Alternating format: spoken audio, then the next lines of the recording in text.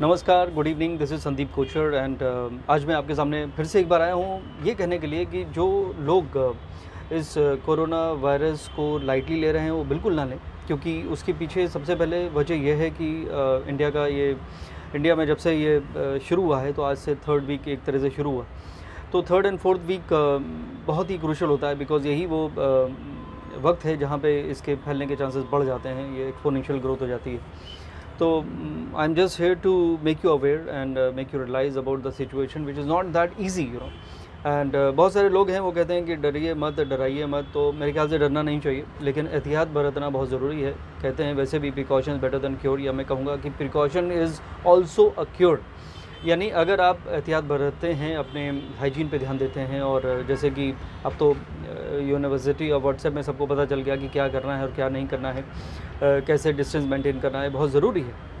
लेकिन I have come here not to give you that same information which you already know, but एक अलग तरीके से मैं कुछ आपको सलाह देना चाहता हूँ या अपनी बातों को शेयर करना चाहता हूँ। दैट इज़ वन दैट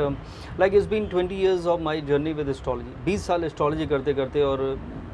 मेरे ख्याल से 1 लाख से ऊपर कुंडलियाँ मैंने पर्सनल लेवल पे देखी हैं। उसके हिसाब से मैं एक नतीजे पे मैं ज़रूर पहुँचा हूँ कि ज़िंदगी में कुछ भी बेवजह नहीं होता। There is always a reason for something and there is no coincidence in this life. अब जैसे ये जो भी एपिडेमिक और बाद में पैंडेमिक हो गया, ये इसलिए हुआ क्योंकि हमारा जो नेचुरल इनहेरेंट जो नेचर है ह्यूमन बॉडी का, जो भी हमारे लिए एक नेचुरल साइकिल में जो बना हुआ है हमारे खाने का, वो उसमें अगर बदलाव होता है तो उसका कोई ना कोई असर होता है। तो चाइना में ऐसा हुआ, जहाँ पे वो कुछ भी काट के कुछ भी खा लेते थे। तो that is not a great thing, और उसका नुकसान अब सबको भुगतना पड़ रहा है। That's the reason is known as Chinese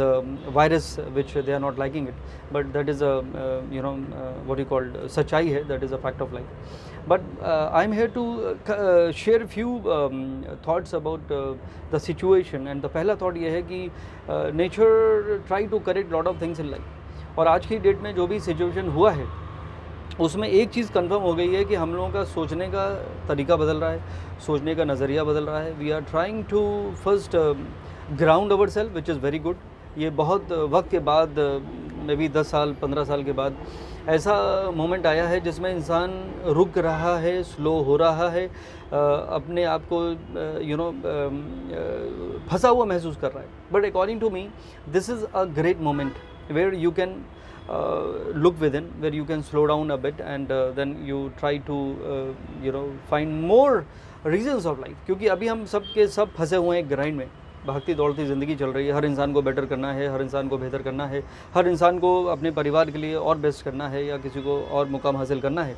but इस ग्राइंड में, इस दौड़ में हम लोग एक चीज़ भूलते चले गए कि हमने अपने आप को वक्त नहीं दिया। और आज की डेट में मेरे 20 साल की जर्नी में एस्ट्रोलॉजी में मैंने देखा है कि कैसे डिस्टेंस बढ़ता चला जा रहा है परिवार में। फॉरगेट अबाउट जॉइंट फैमिली, वो तो अब है ही नहीं। न्यूक्लियर फैमिली में इनफैक्ट सबकी इंडिविजुअल लाइफ हो गई है, वाइफ अलग ज़िंदगी जी रही है, हस्बैंड अलग जी रहा है, बच्चों को अलग ट्रैक है। तो ऐसे में मुझे लगता है कि ये मोमेंट है जिसमें आप अपने इस चीज़ को दोबारा से उस पर वर्क करें, अपने रिलेशन को इम्प्रूव करें, एंड अपनी दिल की बातों को शेयर करें, बच्चों को वो मोमेंट दें जो आप अभी तक मिस करते जा रहे थे भागते दौड़ते आपके जो वक्त, जो आपका लाइफस्टाइल में। तो आई थिंक ये एक ऐसा वक्त है जिसमें हमको ये इस पे काम ज़रूर करना चाहिए। दूसरा मैं ज़रूर कहूँगा कि ये एक ऐसा दौर भी है जिसमें it is beyond boundaries, beyond culture, beyond religion, because every country is suffering. 150 से ऊपर कंट्रीज़ में वायरस फैल चुका है, 2 लाख से ऊपर लोग अफेक्टेड हो गए हैं, 8,000 लोग से ऊपर मर चुके हैं। और अब इंडिया में ये बहुत ही क्रूशल दौर है जिसमें थोड़ा सा पैनिक भी क्रिएट हुआ है। अब मैं कल ग्रोसरी शॉप में गया तो वहाँ पे लोग भर भर के खरीद रहे थे, और काउंटर खाली होते चले जा रहे थे। तो ऑब्वियसली एक फ़ियर है माइंड में, तो उस चीज़ का फ़ियर तो नहीं, लेकिन हाँ फैलने का फ़ियर तो आपके अंदर होना चाहिए कि भाई I need to stop it, और कैसे मैं अपनी वजह से किसी और को नुकसान ना पहुंचाऊं, या किसी और से मैं इन्फेक्ट ना हूं, उसकी एहतियात आप बरतिए। तीसरी बात मैं ये कहना चाहता था कि अब we are all human being and we have a culture, एक ह्यूमैनिटी का कल्चर है, ह्यूमैनिज़्म है। मैं उस पर बहुत बिलीव करता हूँ, और मेरे ख्याल से कि ये जो ह्यूमन कल्चर है, हमारी जो ह्यूमन सोसाइटी है, इसके तरफ भी हमारा बहुत बड़ा, मुझे लगता है कि एक योगदान होना चाहिए, हमारा एक कर्तव्य होना चाहिए, जिसमें आप के आसपास जो लोग हैं जो आपकी मदद कर रहे हैं, आपके वो चाहे सिक्योरिटी गार्ड्स हैं आपकी सोसाइटी में, चाहे आपके घर में जो मेड आती है, या आपका कोई ड्राइवर है, या जो भी किसी भी भी तरह से, या इवन ग्रोसरी शॉप में आप देखिए कैसे कैसे छोटे छोटे काम लोग कर रहे हैं, उनको भी आप एक ह्यूमैनिटी वाले नज़र से देखिए, और ये नहीं कि आप अपने को प्रोटेक्ट कर रहे हैं और उस पर ध्यान नहीं दिया। तो I think you should help others as well, and at the same time create that kind of compassion which will create lot of positivity in life. And astrologically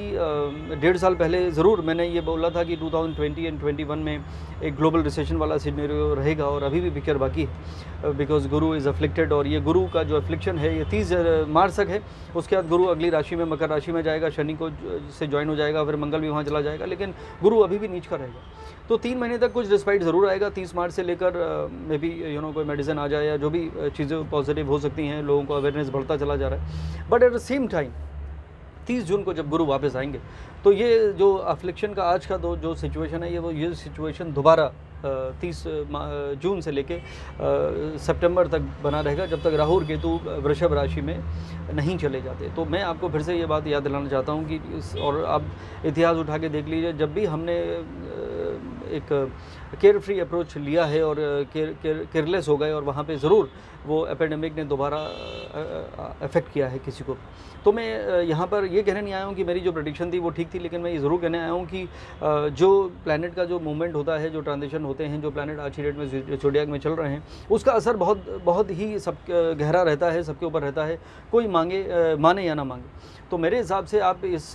situation को लाइटली ना लेते हुए, एहतियात बरतते हुए, try to go within, कहते हैं if you can not go out, go within. तो that is I think a very good idea. यहाँ पे आप मेडिटेशन को ज़िंदगी का हिस्सा बना सकते हैं, यहाँ पे आप योगा कर सकते हैं, घर में